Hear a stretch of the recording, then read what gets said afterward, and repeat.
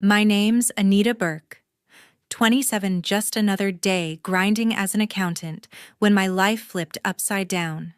It was a sunny Saturday afternoon at an Austin cafe, buzzing with startup vibes when my brother stood up to speak. The whole family, mom, dad, grandma, my aunt, uncle, cousin, all of us leaned in as he raised his glass, grinning like he'd cracked the code to success. I'm the hardest worker and most admirable in this family, he declared, chest puffed out, voice dripping with pride. The table erupted in claps. Mom beamed. Dad nodded like he'd raised a king. I felt my stomach twist. He was basking in their praise, but I knew something they didn't. I leaned forward, locked eyes with him, and smiled. Well then, I said, my voice calm but sharp, you won't need my financial support or those college tuition payments anymore, right? He choked, literally choked on his drink, eyes wide like I'd slapped him. The table went dead silent. Mom's smile froze. Dad's fork clattered. Grandma raised an eyebrow. Nobody knew what I meant, not yet, but the air shifted heavy with questions.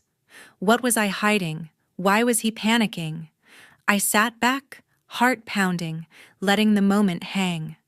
The truth was coming, and it would shake this family to its core. If this family drama's got you hooked, smash that subscribe button and dive into the chaos with us. A week before that cafe chaos, I was crunching numbers at my desk when Mom's text popped up. Big news. Your brother's throwing a party to celebrate his startup. Saturday 2 p.m. Don't be late. My eyes rolled so hard I nearly sprained them. Another party for him? Typical. My brother's always been the golden child, strutting around like he's destined for greatness. Meanwhile, I'm the one grinding, but do Mom and Dad notice? Nope. They're too busy fawning over his big dreams. Last year, he launched an app, some food delivery knockoff, that tanked spectacularly, losing $5,000 of investor money. He didn't even flinch, just shrugged it off like it was pocket change. Mom called it a learning experience. Dad slapped his back, saying, "That's my boy taking risks." I bit my tongue, knowing they'd never praise me like that. I'm just the boring one, right? Too focused on work, as Dad loves to jab. He called me last week mid-deadline to lecture me. You're too focused on work, he said, voice dripping with judgment. Loosen up, support your brother. Support him. I almost laughed. If only he knew. Grandma's the only one who gets it. She texted me after Dad's call. Don't let them dim your shine, dear. Her words hit like a warm hug, pulling me back from the edge.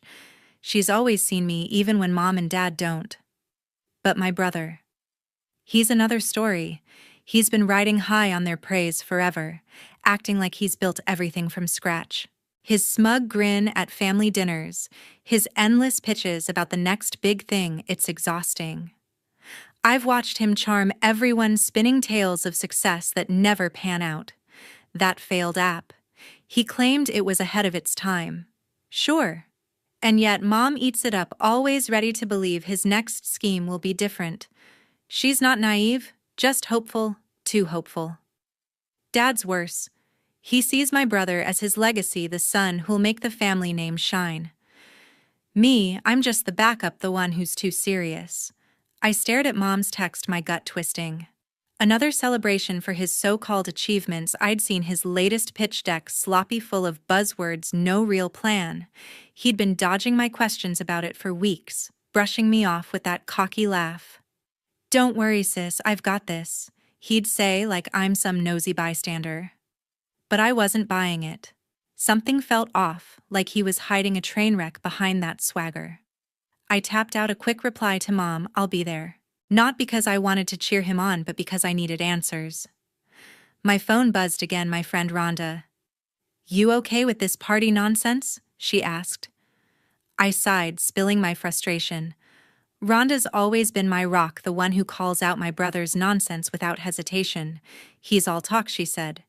Bet he's hyping nothing again. She wasn't wrong. His last big win was a flop, and I had a sinking feeling this new app was heading the same way.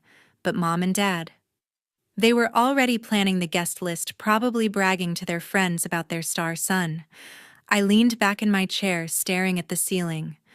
Grandma's text glowed on my screen. Her words, a lifeline.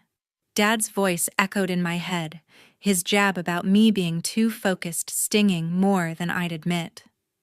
I thought about all the times I'd stayed quiet, letting my brother steal the spotlight while Mom and Dad clapped like he'd invented the internet. Not this time. That party was coming, and I was done swallowing my words. Whatever he was hiding, I'd figure it out. And when I did, they'd all see him for who he really was. My aunt and cousin had been at his last pitch, too. My aunt had raised an eyebrow when he dodged her questions about revenue. My cousin just laughed, whispering to me later, "He's dreaming if he thinks that app's going anywhere." They saw through him at least a little. But Mom and Dad blind as ever. I closed my laptop, my mind racing. That cafe party wasn't just another family gathering. It was a reckoning, and I was ready to face it. Back at the cafe, my brother was grinning like he'd already banked $1 million. He stood tall, glass raised, launching into his pitch about his new food delivery app. "It's revolutionary," he boasted, voice booming. "Seamless ordering, local restaurants, big investors lined up." Mom clapped first, eyes sparkling with pride. Dad nodded, muttering, "That's my boy." My aunt and cousin joined in their applause, echoing through the cafe. Grandma sat quietly, her gaze sharp, watching him like a hawk. I gripped my fork, feeling the weight of every lie he spun. His words were slick, but I knew the truth behind that polished act. I stood up, heart racing, and cleared my throat. The table fell silent, all eyes on me. So I said, my voice steady but cutting, "If you're this successful, I guess I can stop paying your way." My brother's grin faltered, his glass trembling. "What are you talking about, sis?" he snapped, but his eyes darted nervously. I didn't flinch. $10,000 for your college tuition every semester, I said. $15,000 for that app you're hyping. That's 25 grand from me to keep you afloat. The cafe seemed to freeze. Mom's jaw dropped. Dad's face darkened. My aunt gasped, and my cousin's fork clattered against her plate. "You paid for that?" my aunt demanded, turning to my brother. All this time, my cousin leaned forward, eyes narrowing. "So this app, it's not even yours?" She pressed, voice sharp with disbelief. He stammered, face flushing. "It's my idea," he insisted. "I've got investors, it's about to take off." But his voice cracked, betraying him. Grandma leaned in, her tone soft but piercing. "Then why's your sister footing the bill, dear?" she asked, her words landing like a quiet bomb. I felt a rush of warmth. Grandma always had my back, even when the room turned against me. Dad's chair scraped as he leaned forward, glaring at me. "You're stirring trouble." He snapped, his voice low and accusing. "Why bring this up now? Can't you just support him?" Support him. The words burned. I'd been supporting him for years, draining my savings while he paraded like a star. "I'm done carrying him," I shot back, my voice rising. Mom reached for my hand, her face torn.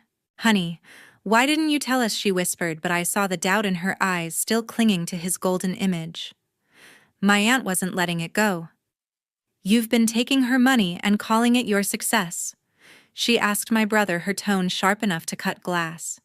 He squirmed, loosening his collar. "It's not like that," he muttered. "I'm close to a deal, just need a little time." My cousin scoffed, rolling her eyes. "Time for what?" "Another flop," she said, crossing her arms. The table was a battlefield now, every word a strike. I sat back, watching him unravel, his charm crumbling under their questions. Grandma touched my arm, her voice low. "You're stronger than this nonsense," she said, her eyes warm but fierce. That moment, her words were my anchor. Dad kept glaring. Mom looked lost, but my aunt and cousin pressed harder, their voices rising. My brother tried one last defense, claiming, "The investors are real, I swear." But no one was buying it anymore. He grabbed his jacket, face red, and stormed out, leaving his untouched plate behind. The cafe door slammed, and the silence that followed was heavier than ever. That evening, I ducked into a taco joint downtown to vent to Rhonda. My hands were still shaking from the cafe showdown, my chest tight with years of bottled-up frustration. Rhonda slid into the booth across from me, her eyes narrowing as I spilled everything. "He's been leeching off you, sis," she said, her voice sharp with disgust. "And your parents just clap for him, unreal." I nodded, stirring my drink, the ice clinking against the glass. She was right. I'd been propping up my brother's dreams, but for what? So he could bask in the spotlight while I stayed in the shadows. I'm done. I said, my voice firm for the first time in years. No more bailing him out. Rhonda leaned forward, her grin fierce. "About time," she said, raising her glass. "You've been carrying him way too long." Her words hit hard, like permission I didn't know I needed. I'd spent years justifying it. Helping my brother was just what family did right. But family shouldn't mean bleeding myself dry. I stared at my phone, half expecting a text from him, some half-baked apology. Nothing. Just silence. Like he thought he could wait me out. My phone buzzed, but it wasn't him. Mom's name flashed on the screen. I hesitated, then answered. "Honey?" she said, her voice soft but urgent. "Can't you give him another chance? He's trying so hard." Trying? I almost laughed. She hadn't seen his lies unravel at the cafe, hadn't felt the sting of Dad's glares. "Mom," I said, keeping my tone even, "he's had enough chances." She sighed, her voice cracking. "But he's your brother." She pressed as if that erased everything. I clenched my jaw, the old guilt creeping in. She still saw him as the golden boy even now. Before I could respond, a text from Grandma popped up. "You don't owe him, dear. Stand your ground." I exhaled her words, cutting through the fog. Grandma always knew when I needed her, like she could sense my resolve wavering. I showed Rhonda the text, and she nodded, her eyes fierce. "She's right," Rhonda said. "He's not your responsibility." I leaned back, the weight of Mom's call still heavy. Why was it always on me to fix him? Why couldn't she see what he'd done? Then Dad called. I braced myself, knowing what was coming. "You're being too hard on him." He said, his tone sharp, like I'd betrayed the family. "He's young. He's learning. Why can't you support him?" Support him. There it was again, that same tired line. "Dad," I said, my voice low but steady. "I've supported him enough. It's time he stands on his own." He huffed, muttering something about me being selfish, then hung up. I stared at the phone, my heart pounding. His words stung, but I wasn't backing down. Rhonda reached across the table, squeezing my hand. "You're doing the right thing," she said, her voice steady. "Let him figure it out." I nodded, but the doubt lingered.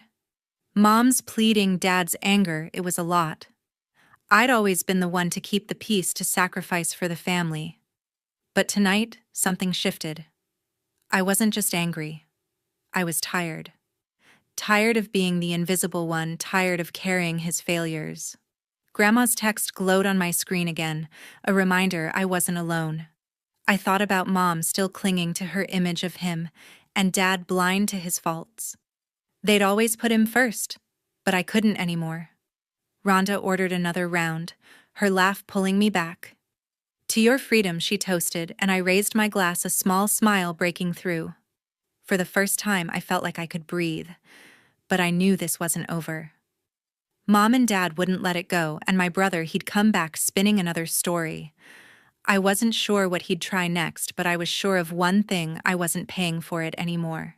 3 weeks later, Mom called me with a voice that carried bad news. "Honey," she said, her tone heavy, "your brother's in trouble." I sat at my kitchen table, gripping my coffee mug, already bracing for what came next. She explained how he'd lost his college scholarship, tens of thousands of dollars gone because he didn't submit financial reports on time. Worse, he was drowning in debt, 20 grand deep from his startup loans. I wasn't shocked, just numb. I'd seen this coming, but hearing it still hit like a punch. "He's working himself to the bone," Mom said, her voice pleading. serving tables, delivering food, barely sleeping. Can't you help him out? Help him. Again. The words twisted in my gut. I'd already given him so much only to watch him crash and burn. No, Mom, I said, my voice steady, but cold. He made his choices. She went quiet, then sighed like she was carrying his failures too. He's your brother, she whispered, but I cut her off. And I'm done being his bank. The line went silent and she hung up without another word. I called Rhonda right after, needing her clarity. Sis, you're not his lifeline, she said, her voice firm over the phone. He dug this hole. Let him climb out. I nodded even though she couldn't see me. She was right. He'd taken my money, my time, my trust, and thrown it away on a pipe dream. Now he was scrambling, juggling shifts at a diner and late-night delivery runs, his life unraveling. Part of me felt a pang of pity. He was my brother after all, but it faded fast. I wasn't going to let guilt pull me back in. Later that day, Grandma called. Her voice was warm, steady like always. You're doing the right thing, dear, she said, and I could hear the smile in her words. You've carried enough. I exhaled her words, washing away the doubt Mom's call had stirred.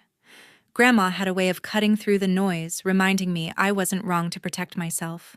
I pictured my brother bleary-eyed hauling trays or biking through Austin's streets, his swagger gone. He wasn't the golden boy anymore, just a kid in over his head. Rhonda texted me later, checking in. Heard he's falling apart, she wrote. You holding strong, I typed back. Yeah, no, going back. She sent a fist bump emoji and I smiled. Rhonda always knew how to keep me grounded. But Mom's words lingered, her plea echoing in my head. She still believed he could turn it around, that he was one good idea away from redemption. I wasn't so sure. His scholarship was gone, his startup was a bust, and those loans weren't going away. He'd built his life on promises he couldn't keep, and now it was collapsing. I thought about Dad too. He hadn't called since the cafe, probably still fuming that I'd turned on my brother. His silence spoke louder than words. He'd always seen me as the problem, the one who didn't believe enough. But I wasn't the one failing now. My brother's life was a mess. Late shifts, missed payments, exhaustion written all over him. I'd heard from a friend he looked like a ghost, bags under his eyes, barely holding it together. It wasn't my job to fix him, not anymore. Sitting there, sipping my coffee, I felt a strange calm. For years, I'd been the one to clean up his messes, to keep the family together. But now, I was choosing myself. Rhonda's support, Grandma's call. They reminded me I wasn't alone in this. My brother's fall was his own, and I wasn't going to catch him this time. He'd have to face the consequences, and I'd have to face whatever came next. A month later, my brother showed up at my apartment looking worn out. His eyes were sunken, his shoulders slumped, a far cry from the cocky kid who'd boasted at the cafe. He held out an envelope, his hands shaky. Here, he said, voice low. $1,000. I'm turning things around, sis. I took the envelope, my fingers brushing the crumpled bills inside, but my stomach churned. $1,000. It was a drop in the bucket compared to what he owed, and his vague tone set off alarms. Where'd this come from? I asked, keeping my voice neutral. He shrugged, avoiding my eyes. Been working hard, he mumbled. Serving tables, delivering food, even pulling shifts at a warehouse. I raised an eyebrow. 3 jobs sounded intense, but something about his story felt off, like he was selling me another pitch. He pulled out his phone, showing me a text he'd sent to Mom, paying Anita back, proving I'm serious. The message was all bravado, no details. Typical. I'd seen this act before. Big promises, shaky follow-through. I called Rhonda that night, needing her take. Sis, don't fall for it, she said, her voice sharp over the line. He's playing you, keep your distance. She was right. His sudden change felt like a show, a way to claw back into my good graces. I thought about his jobs, grueling low-pay gigs that barely dented his debt. Was he really trying, or just scrambling to save face? I wasn't buying his redemption story, not yet. My phone buzzed with a text from Grandma. Stay strong, dear. Her words were a lifeline, as always, pulling me back from the edge of doubt. I showed Rhonda the text, and she nodded. Listen to her, she said. He's got to prove himself without your money. I agreed, but part of me wondered if he could. He'd always leaned on charm to get by, but charm wouldn't pay off 20 grand. I pictured him hauling boxes in a warehouse, sweat-soaked and exhausted, or dodging traffic on his delivery bike. It was a grind, no question, but was it real change? He'd texted me again later, a selfie from the diner, apron on, grinning like he'd cracked some code. See, I'm legit now, the message read. But the grin felt forced, the words too eager. I didn't reply. His effort was something sure, but $1,000 and a photo didn't erase years of taking me for granted. I thought about Mom and Dad, probably cheering his comeback without asking questions. Dad hadn't spoken to me since the cafe, his silence a wall between us. Mom had gone quiet too, likely torn between her golden boy and me. Rhonda came over the next day, her eyes scanning the envelope on my counter. That's it, she asked, scoffing. He thinks this fixes everything. I shook my head, the weight of his debt still heavy in my mind. He's trying to look good, I said. But he's hiding something. Rhonda crossed her arms, her voice firm. Don't let him pull you back in. You're free now. Free. The word hit hard. I'd spent so long tied to his messes, but I was done being his safety net. Grandma's text stayed with me, her words a quiet anchor. I pictured my brother juggling shifts, maybe believing his own hype. But his vague answers, his quick grin, they didn't add up. He was performing, not changing. I wasn't going to let a few bills and a text fool me. Rhonda was right. Distance was my best move. Whatever he was planning, I'd wait and see. He'd have to do more than show up with $1,000 to convince me he was different. 2 months later, we gathered at Mom and Dad's for what should have been a simple dinner. The dining room was tense, forks clinking against plates, as my brother took center stage again. He stood up, chest puffed out, holding a check like a trophy. I've paid back $5,000, he announced, his voice brimming with pride. Mom's eyes lit up, and Dad clapped him on the shoulder, beaming. That's my boy, Dad said, as if nothing had ever gone wrong. My aunt and cousin exchanged glances, their smiles thin. I sat there, my stomach twisting, something about his smug tone ringing hollow. I'd heard whispers from a mutual friend that he'd been borrowing money, but he hadn't mentioned it. Where'd you get 5 grand? I asked, my voice calm but pointed. His smile faltered just for a second before he waved it off. Hard work, sis, he said, too smooth. I'm making things right. But his eyes darted to the side, a tell I'd seen too many times. I pulled out my phone, scrolling to a text from my uncle who'd let slip something troubling. Did you borrow that from Uncle Percy? I asked, locking eyes with him. The room went still. Mom's fork froze midair. Dad's grin vanished, and my aunt leaned forward, her brow furrowed. Borrowed? She asked, her voice sharp. You said you earned it? My cousin crossed her arms, her tone biting. So you're passing off a loan as your own money, she pressed. My brother's face reddened, his hands fidgeting with the check. It's not like that, he stammered. I'm good for it, I swear. But the confidence was gone, his voice shaky. Grandma, sitting quietly at the table's end, spoke up. You're stronger than this, dear, she said to me, her eyes steady and warm. Her words fueled me, cutting through the tension like a blade.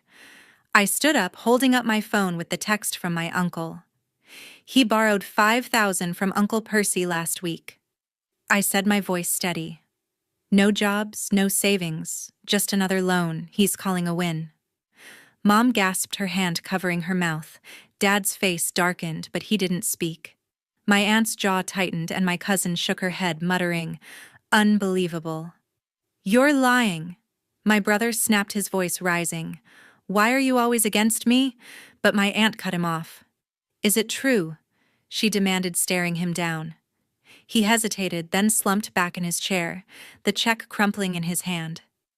It's just temporary, he mumbled. I'll pay Percy back. My cousin scoffed. With what, another loan? She said, her words dripping with sarcasm. The table was a storm now, everyone's eyes on him, his lies laid bare. Dad finally spoke, his voice low and angry. Why can't you just let him fix this? He said to me, his glare cutting deep.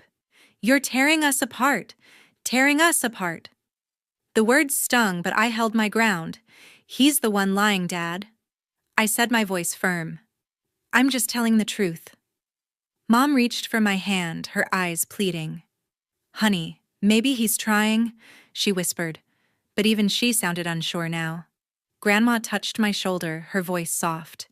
You did the right thing, dear, she said, her strength anchoring me. My brother grabbed his jacket, his face a mix of shame and defiance.